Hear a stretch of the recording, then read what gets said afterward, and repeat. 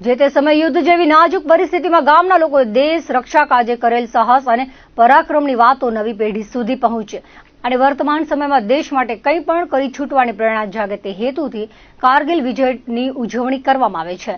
27મી વર્ષગાંઠ નિમિત્તે સુખપરમાં ભવ્ય કારગિલ વિજય ઉત્સવ યોજાયો હતો, જેમાં સમગ્ર ગામ રાષ્ટ્રભક્તિના રંગે રંગાયું હતું।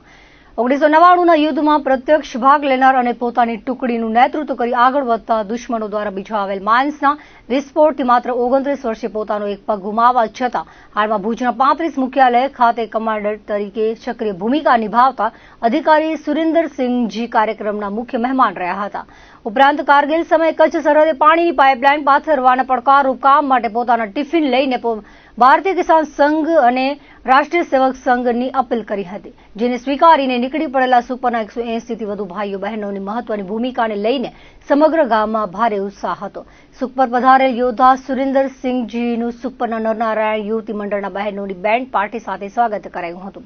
કેસરી અને તિરંગા સાડીમાં સજ્જ બહેનો અને મોટી સંખ્યામાં એકત્ર થયા હતા અને ગામના 2 મંદિરોમાં દર્શન આરતી સાથે સ્વાગત સામૈયાથી ભાવ વિભોર થયા હતા।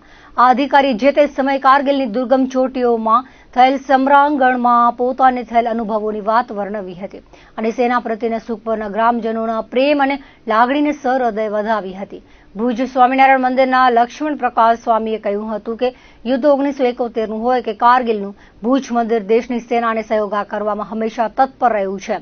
હવેના માતા પિતાના માત્ર 1-2 બાળક હોવાને કારણે સંતાનોને સેનામાં ભરતી કરવાની ઘટતી માનસિકતા દેશ માટે બહુ નુકસાનકારક છે અને તેના વિશે જાગૃત થવું અતિ જરૂરી છે।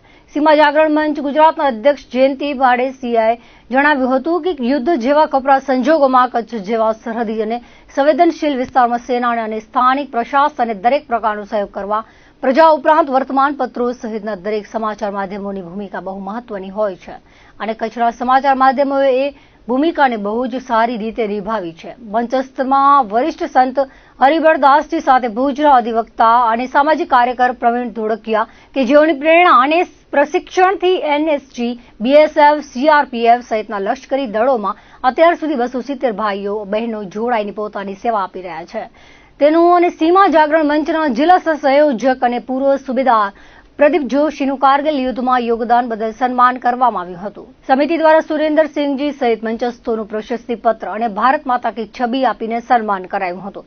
આયોજન માટે બીએસએફ સાથે સંકલન કરનાર સીમા જાગરણ મંચ સૌરાષ્ટ્રના સંયોજક હિંમતસિંહ વસણ અને તેમની સમગ્ર ટીમ દ્વારા અધિકારીઓનું અને સુખપરથી સેનામાં જોડાઈને દેશ સેવા કરનારનું સન્માન કરાયું હતું।